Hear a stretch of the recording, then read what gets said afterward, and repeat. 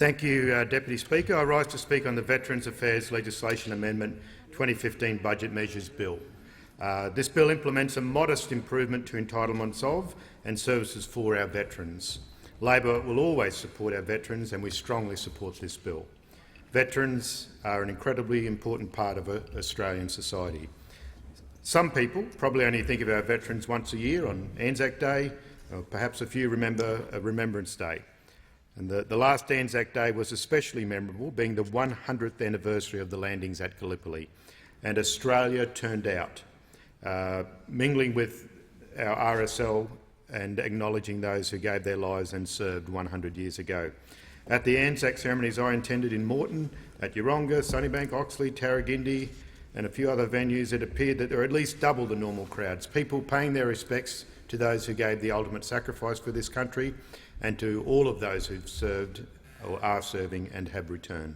Although some may only turn their minds to our veterans on one day of the year, good government obviously continually reassesses the entitlements and services that we provide to ensure our veterans are properly looked after. That is the least we can do for our brave ex-servicemen and women.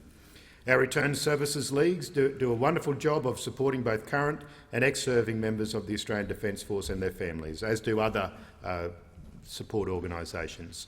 There are 5 RSL clubs in my electorate of Moreton: the Sherwood Indooroopilly, Salisbury, Stephens, Sunnybank and Yeronga Dutton Park, and 2 of these have services clubs. I've spent quite a bit of time with these clubs and worked closely with them on the ceremonies for the 100th anniversary of the Gallipoli landings and planning some capital works and other ventures as well. The Returned Services League has a very proud tradition, one of our oldest national organisations and well loved since it was founded back in 1916. As well as supporting and serving our ex-servicemen, the RSL promotes a secure, stable and progressive Australia, respectful of the past, mindful of the future, yet focused on helping today all those who wear our uniform.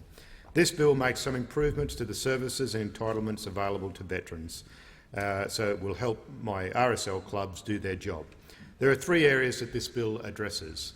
Schedule 1 of this bill makes some changes of and around the Veterans Vocational Rehabilitation Scheme. This scheme assists eligible persons under the Veterans Entitlements Act to find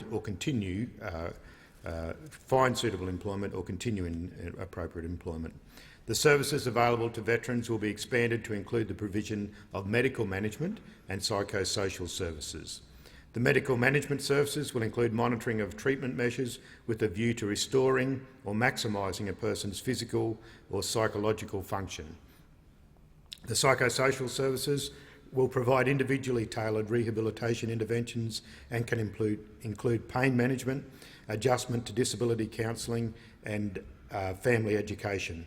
The threshold of paid work allowed before that work affects the rate of a disability pension will be adjusted up to less than 20 hours per week of allowed paid work for intermediate rate disability pension recipients who are also participants of VVRS, so that those participants will not receive less disability pension than an intermediate rate recipient who did not participate in the VVRS.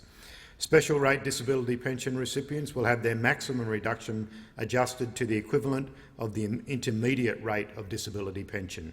This will result in a special rate disability pension recipient who participates in the VVRS and undertakes less than 20 hours of paid work not receiving less pension than an intermediate rate recipient who has not participated in the VVRS.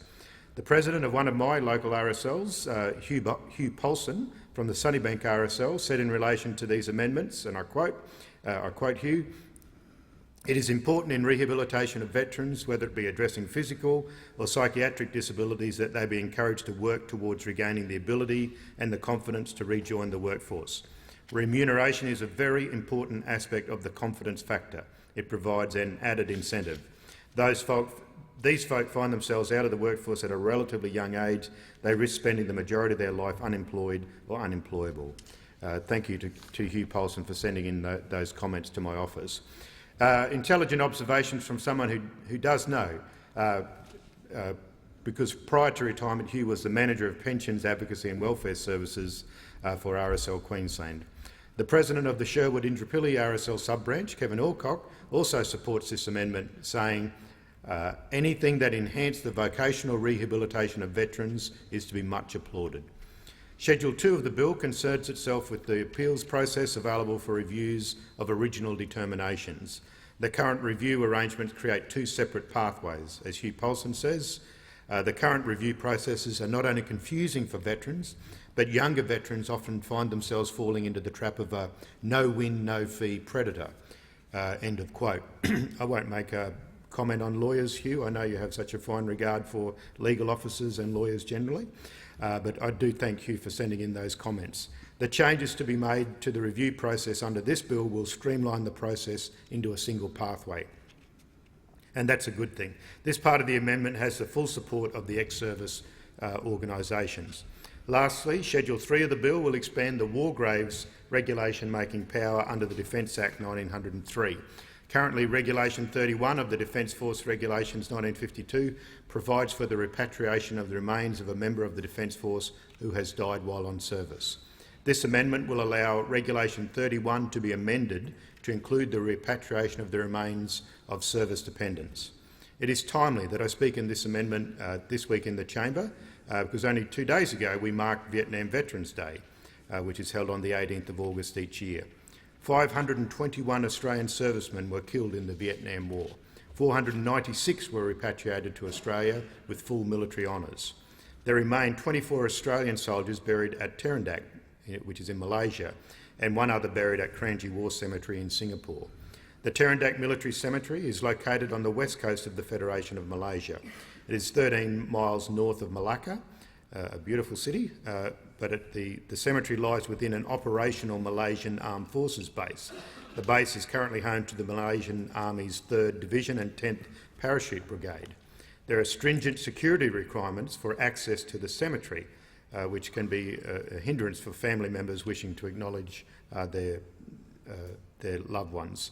So permission is required from Malaysian authorities and documents are required to be submitted well in advance of any proposed visit. For this reason, it would be difficult for families to visit their loved one's final resting place, even if they made the long journey to Malacca and Malaysia. The Kranji War Cemetery was part of a Japanese prisoner of war camp after the fall of Singapore. The small cemetery, which was started by the prisoners, was expanded after the reoccupation of Singapore by the Army Grave Service. Was expanded by the Army Grave Service. The cemetery is located 22 kilometres north of the city of Singapore and overlooks the Straits of Johor. Visiting this cemetery in Singapore is not as problematic as Terendak, but Kranji Memorial, as is known locally, is open to visitors every day between 7 a.m. and 6:30 p.m. The Office of Australian War Graves currently maintains the graves at Terendak and Kranji and will continue to maintain any graves remaining after the repatriation has occurred.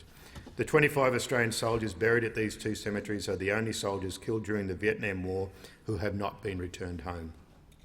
Labor continues to support the government's undertaking that the cost of any repatriation of Australian servicemen who perished in the Vietnam War will be at the expense of the Commonwealth if requested by the families.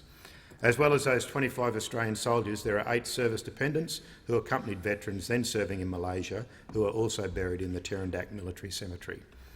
The government has offered to also repatriate the remains of these 8 dependents, if requested. This amendment will allow government to make good that office of repatriation. Kevin Alcock, who's the president of the Sherwood Indooroopilly RSL sub-branch, applauds this amendment and says, and I quote Kevin, "At least 6 of my own former comrades are buried there, so I have a personal interest. It is an important mark of respect to these soldiers and the families of service personnel in light of these soldiers who've made the ultimate sacrifice for our countries, that their bodies should be returned home if their families so wish. It follows that the dependents of these brave souls should be shown the same respect." Next year, on the 18th of August, we will commemorate the 50th anniversary of the Battle of Long Tan. On 18th August 1966, the men of D Company of the 6th Battalion, Royal Australian Regiment, based at Nui Dat, in the heart of South Vietnam's Phuoc Choi province, marched out of their task force base in search of Viet Cong troops who had fired on their base the night before. The men could hear the sweet voice of little Patty singing. She was there entertaining the remaining troops with a concert as they marched out to track down the Viet Cong. Approaching a rubber plantation in the afternoon, the soldiers had fleeting glimpses of Viet Cong, who disappeared as soon as they were seen. A tropical storm was approaching. The D Company of the 6th Battalion were attacked in force by the Viet Cong as the torrential downpour began. They were surrounded and short of ammunition. They called for RAAF helicopters to drop more ammunition. Despite terrible weather and heavy fire, the ammunition was dispatched by RAAF helicopters. Companies B and A were sent in as reinforcements. The Viet Cong eventually retreated after a horrible firefight. The Viet Cong suffered terrible losses. The Australians counted 245 enemy dead on the battlefield. It is thought that Company D had faced, some say, around 2,500 Viet Cong. 18 of our brave soldiers perished in the Battle of Long Tan and 24 were wounded. All but one of the dead was from Company D. We owe an enormous debt to these men and others like them, lest we forget, and I commend this bill to the House.